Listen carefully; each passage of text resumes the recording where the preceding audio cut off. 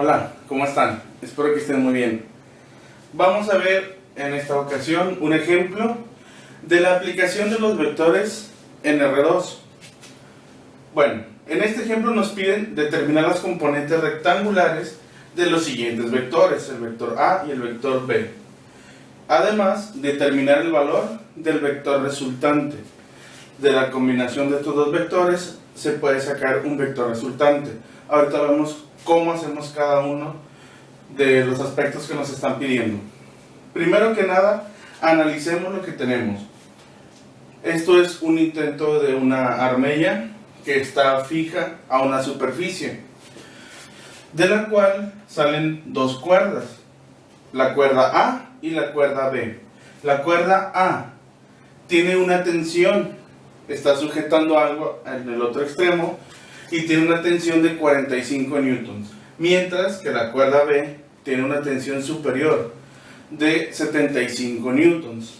Ok, la cuerda A, con respecto a la horizontal, con respecto al eje X, tiene un ángulo de 25 grados de desfasamiento, mientras que la cuerda B tiene un ángulo de 35 grados con respecto al vector A. Ahorita analizamos esto de aquí, porque no es lo mismo. Bueno, lo primero es determinar las componentes rectangulares, o sea, para el vector A, determinar su componente en X y su componente en Y, que se va a llamar AX y AY. Y para el vector B vamos a hacer exactamente lo mismo, encontrar BX y encontrar BY. ¿Cómo vamos a encontrar esas componentes? Lo primero sería determinar AX.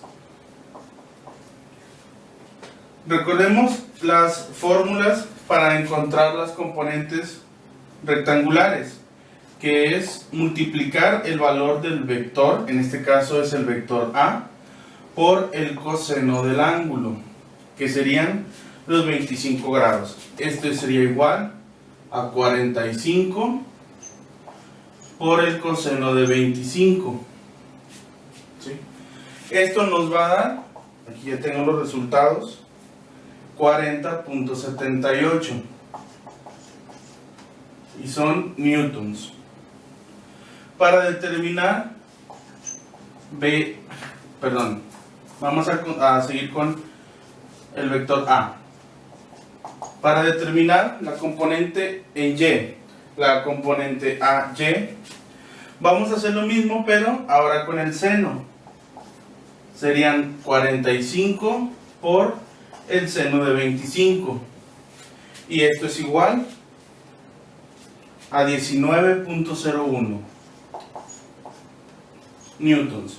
Entonces, ya encontramos las componentes rectangulares del vector A. Vamos a hacer lo mismo para el vector B.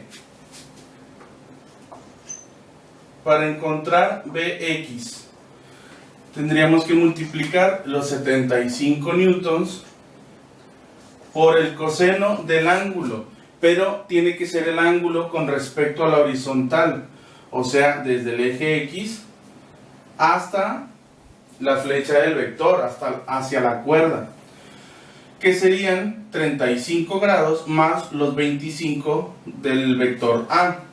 Esto nos da 60 grados.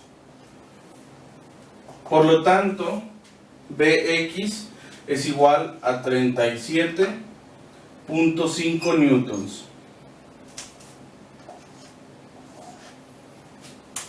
Y para determinar la componente en Y del vector B, serían 75 ahora por el seno de 60 grados. Y esto es igual a 64.95 newtons. Ok, con esto ya determinamos las componentes rectangulares, ¿sí? Se podría decir que esto fue el primer paso, las componentes rectangulares. ¿Qué nos falta? Determinar el valor del vector resultante. Primero que nada, como les comentaba, un vector resultante es la combinación de los vectores que estamos utilizando. En este caso es el vector A y el vector B. Si es una combinación de estos vectores, lo que vamos a combinar son sus componentes. ¿Cómo? Vamos a hacer una sumatoria de fuerzas en X. En X tenemos AX y BX, ¿sí? Estos dos de aquí, donde AX es igual a 40.78 y BX son 37.5. Esto es igual a 78.28 newtons, ¿sí? Y necesitamos también una sumatoria de fuerzas en Y, que sería AY y BY, donde AY son 19.01, BY 64.95 y esto sería igual a 83.96 newtons. Ok, ya determinamos la componente en X y la componente en Y del vector resultante, ¿sí? Si yo tengo las componentes, ¿cómo puedo saber el valor del vector? Eso lo determinamos como la longitud. ¿Se acuerdan cómo sacábamos la longitud? La longitud para el vector resultante vamos a llamarle F.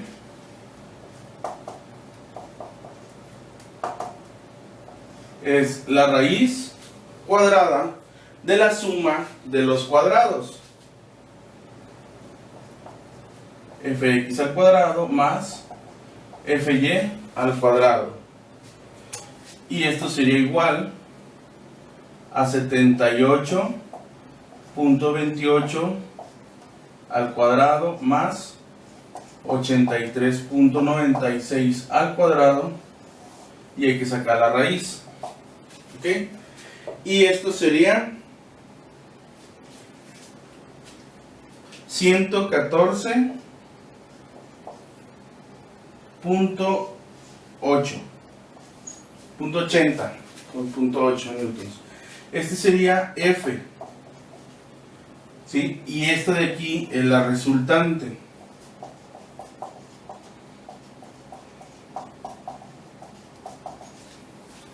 ¿Sí? Ya sabemos que el vector resultante es de 114.8 newtons, ¿sí? ¿Qué nos hace falta? Saber dónde se ubica ese vector. Yo sé que el vector son 114.8 newtons, pero yo no sé si está en el cuadrante 1, cuadrante 2, 3 o el 4. Necesitamos para eso determinar el ángulo.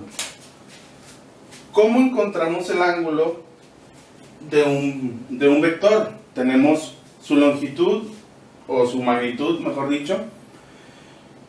Para saber su ángulo podemos utilizar cualquiera de las funciones trigonométricas, la que ustedes quieran. Comúnmente utilizamos la tangente. Tangente del ángulo es igual al cateto opuesto entre el cateto adyacente, ¿sí? Si esto lo vemos como un triángulo, sería un triángulo rectángulo. Lo voy a hacer con otro color. Sería un triángulo rectángulo de esta forma, donde aquí tenemos los tres cuadrantes. Este de aquí sería F, este es Fy y esto es Fx. Si necesitamos saber el ángulo de aquí, ¿cuál sería nuestro cateto opuesto? Fy. Y nuestro cateto adyacente sería Fx. Entonces, para determinar El ángulo vamos a ocupar FY entre FX. Despejamos el ángulo. Para determinar el ángulo necesitamos hacer la tangente inversa de FY entre FX. Por lo tanto, el ángulo sería la tangente inversa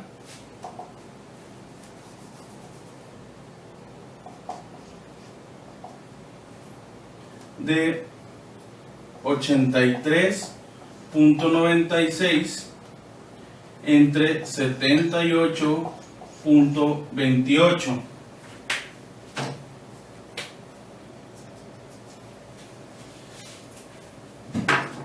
Y esto nos va a dar como resultado 47 grados. 47 grados con respecto a la horizontal. Esto quiere decir que se encuentra en el cuadrante número 1. Si el valor excede los 90 grados, quiere decir que se encuentra desfasado del cuadrante 1. Si está entre 90 y 180, está en el cuadrante 2. Si el valor del ángulo es mayor de 180 y menor a 270, se encuentra en el cuadrante 3. Y si el ángulo es mayor a 270 pero menor a 360, quiere decir que está en el cuadrante número 4. Esto es para saber la ubicación de este vector resultante. ¿Ok?